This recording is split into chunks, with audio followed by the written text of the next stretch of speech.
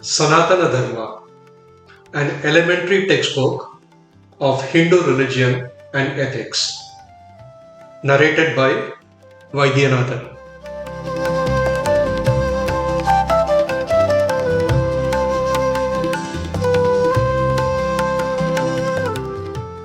Part 3, Chapter 7, Self-Regarding Virtues.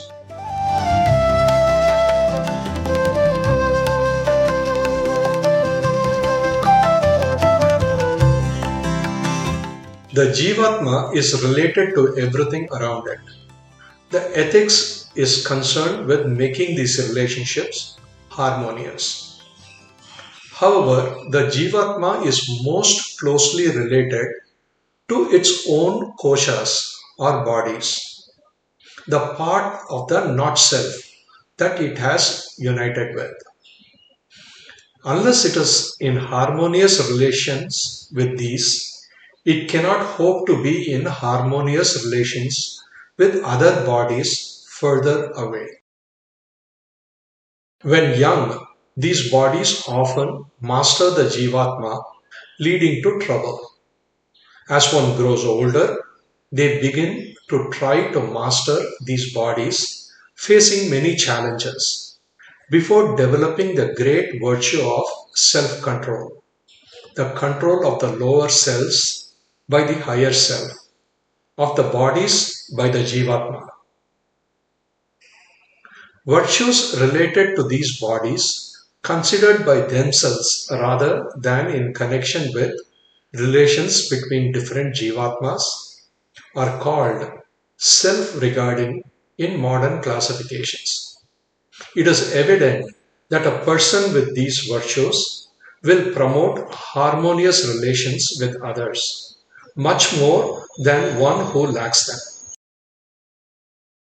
It is evident that a person with these virtues will promote harmonious relations with others much more than one who lacks them. Manu, the great lawgiver, lays much stress on the necessity for this self-control and gives some most valuable advice about it. He says that action has three forces behind it, and that each of these must be mastered. Action is born of mind, speech, and body. The mind or manomaya kosha, which includes the emotions, must be conquered. This is the hardest task of all.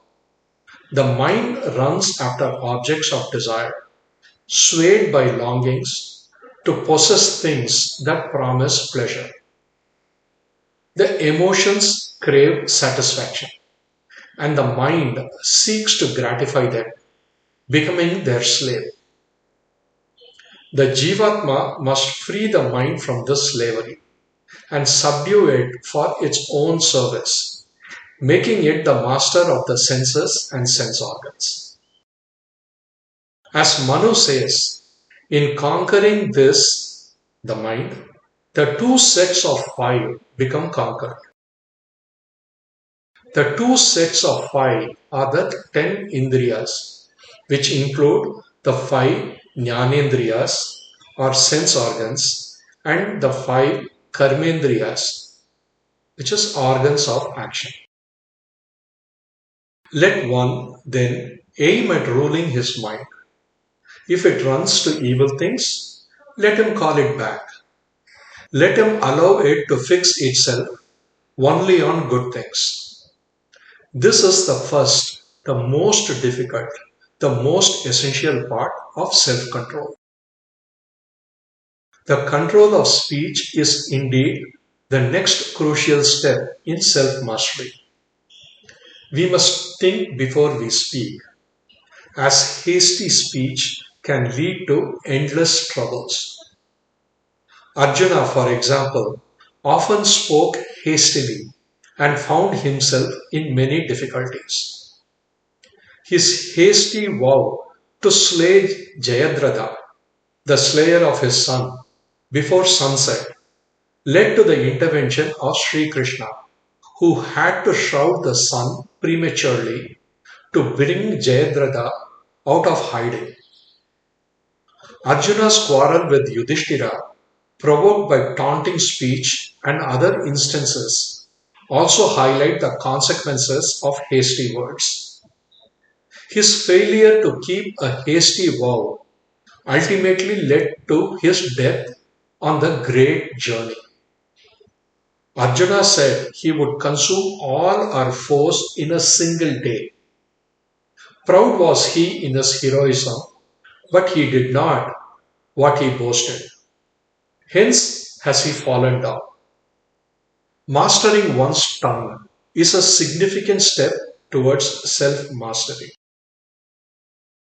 The physical body must be controlled and not allowed to lead us into sin for its gratification. Sri Krishna says, worship of devas, the twice born, the gurus and the wise, purity, straightforwardness, chastity, and harmlessness are called the austerity of the body. Youth is the ideal time for conquering the body, as it is then most easily subdued and set on the right path.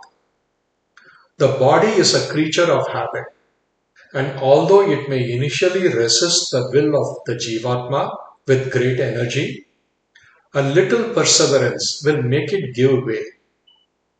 Eventually, it will follow the new path as contentedly and readily as it did the old one. Among the sources of evil and of sorrow that we should strive to get rid of by this self control is selfish desire. Many miseries grow out of the insatiable desire for material wealth and material pleasures. Peace arises from the absence of these desires and not by their continued gratification. Monkey's story illustrates this well. Greedy for wealth, Monkey searched for long and faced constant disappointment. After losing his last property, a pair of calves to train up for the plough. This last mischance opened the heart of Monkey, and he realized the futility of his desires and renounced them. This led to his enlightenment and peace of mind. He sang that he desires happiness and renounces desire. Well did Shuka say that of these two, the one who gets all that he wishes and the one who casts off every wish, the latter, who renounces all, is surely much superior to the former, for none can ever attain to the end of all his desires. You, O my soul, so long a slave to greed, taste now for once the joys of freedom and tranquility. Long have I slept, but I shall sleep no longer. I shall wake. No more shall you deceive me, O desire. Whatever object you did fix my heart on, that you did force me to follow, heedless, never pausing to inquire if it were easy or impossible to gain. You are without intelligence. You are a fool. Even unsatisfied, you burn like a fire, always wanting for more offerings. You are impossible to fulfill, like pace itself. Your one wish is to plunge me into sorrow. This day we part. From this day, O desire, I no longer live in your company. I think no more of you or of your train. I cast you off with all the passions of my heart. I, who was harassed with despair before, have now attained to perfect peace of mind. In full contentment of heart, senses at ease, shall I live henceforth on what comes to me. Satisfaction of you and labor no more for the wishes. O my enemy, casting you off and all your train, I gain at once instead tranquility and self-restraint, forgiveness and compassion and deliverance. Thus monkey lost a little and gained all. Monkey's realization that peace arises from the absence of desires, not their gratification, is a profound lesson in self-control and contentment. King Yayati, driven mad by wild desire, took his son's youth to satisfy his insatiable desires. This story illustrates the destructive nature of unchecked desires and the lengths to which one might go to fulfill them, often at the expense of others. King Yayati, son of Nahusha of the lunar dynasty of kings, was overly fond of sensory pleasures and fell into sin, incurring the wrath of his father-in-law, the great Rishi Shukra, the priest of the Titan kings. As a result, King Yayati was suddenly struck with shriveled and tottering old age in the prime of his manhood. He propitiated the Rishi, and Shukra, taking pity on him, decreed that he could exchange his age and feebleness for the health and youth of any of his sons who consented willingly to the exchange. Yayati asked his 5 sons in succession, and the youngest, Puru, out of love and reverence for his father, gave him his youth and took on his old age for 1,000 years. During this period, King Yayati assiduously pursued sensory pleasures, trying to exhaust the luxuries of the material world. However, he found that his craving only grew even as his senses dulled with satiation. He longed in vain that his longing for the world of sense should be exhausted by fulfillment. As one spoke of a wheel running after another spoke of it, the chase was endless. As the 1,000 years approached their end, Yayati experienced a great vairagya, dispassion, and saw that desire ceases not with satisfaction, but with frustration. He called Puru, took back his old age with gladness, and gave Puru his youth and kingdom. He then retired into the forest, chanting the verse that summed up his life experience. Desire may not be quenched by enjoyment of its objects, it only increases manifold therewith, as fire with libations of butter. Let us pause for a moment on the word harmlessness in the above quotation of Sri Krishna's word in the earlier chapter. Harmlessness is the highest dharma, Bhishma taught. We should injure nothing. Our life should be a source of help, not of harm. The control of the body includes this abstention from injuring others. As said Brihaspati, that person who practices the religion of universal compassion achieves the highest good. One should never do that to another which one regards as injurious to one's own self. This, in brief, is a rule of righteousness. People often harm others thoughtlessly, leading to much trouble. When Yudhishthira, Duryodhana, and their brothers were boys, all lived and studied together.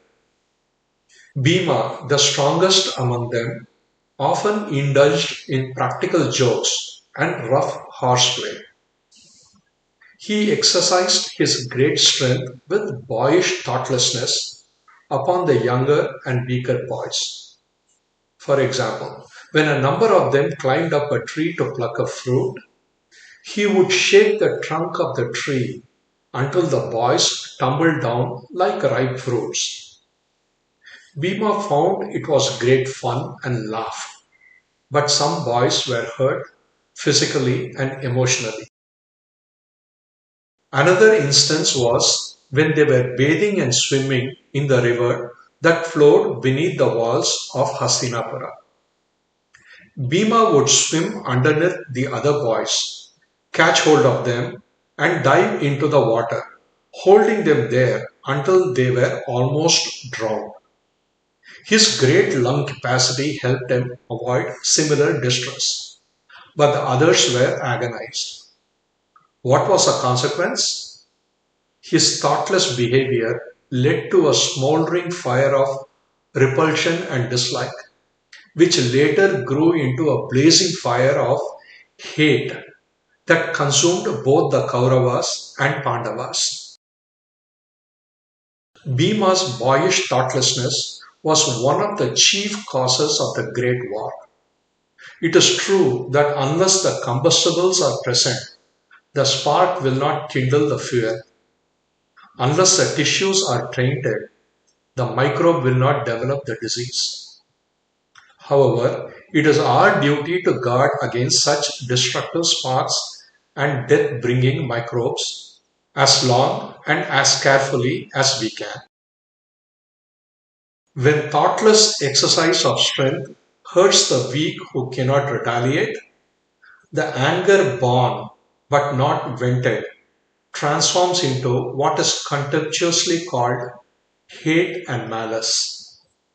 This is far less to blame than the careless spoliation of the weaker by the stronger. To the superficial eye of one inclined to oppression, such acts may appear blameless or even magnificent, but to the just eye of true chivalry, they will always appear as meanness and tyranny. Those who study the great history carefully know that the Pandavas were not all to praise, nor the Kauravas all to blame. The triple control of mind, speech, and body indeed leads to righteousness, manifesting in right character and conduct. By aligning oneself with their own emotions, mind, and body, one acquires virtues classified as self regarding or egoistic in Western ethical books. This self mastery enables a person to practice altruistic virtues more effectively, those that arise in relation to other living beings. We have now to study the virtues and vices that arise in the relations between human beings.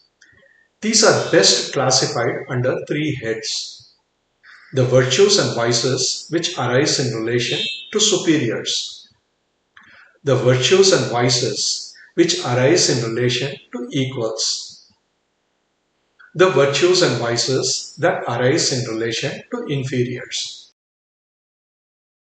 In this way, we shall obtain a clear and simple classification of virtues, which make our relations with all around us harmonious, and seeing them distinctly, we can strive to attain them. We shall also see plainly the vices which make disharmony and can try to avoid them. All the virtues have their root in pure love and have bliss for their fruit.